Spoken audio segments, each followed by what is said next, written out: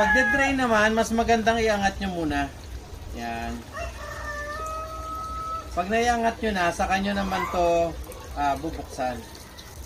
Yan. So, yan, na-drain nyo. Kasi po, pag nakalubog sa tubig to na din-drain nyo, hindi siya makakahinga, so mahihirapan siya mag-drain.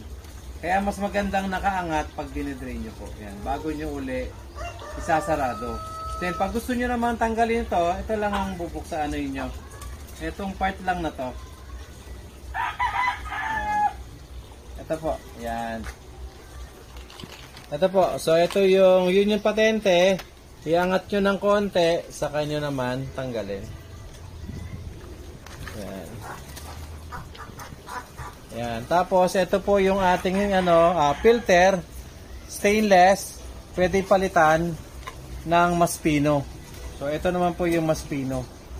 Kaya lang po pag Maspino, syempre mas mas mabilis din yung paglilinis natin. Pero pag Pino po yung ginamit nyo, talagang walang makakalabas na na dumi. Kumbaga mas huli yung lahat ng dumi. Yan. Kaya nga, tapos sa kanyo ngayon uli, ibababa. Yan. So, ganyan lang siya. Pag pinalitan nyo itong inyong gripo, inyong filter. Ito, iusog nyo. Oops. Nahulog. Yan.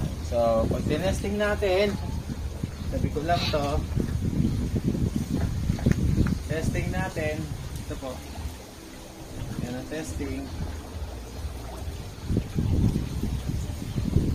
Yan po. Ayun o.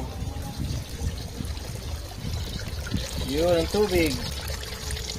Yan dito po. Yun yung dumi. Yan. Pag gusto nyo kunin yung lahat ng dumi. So, ganyan gagawin natin. Kaya nasa sa inyo ang option. So, itong ginagawa natin na to, depende to sa pangangailangan. Kaya nga, iba-iba yung ginagawa nating vacuum cleaner. Base po sa requirements nyo. So, kumbaga, kayo yung magsasabi sa akin kung ano yung gusto nyong gawin. Kasi yung mga ginagawa natin to, ito po ay made to order. Yan po.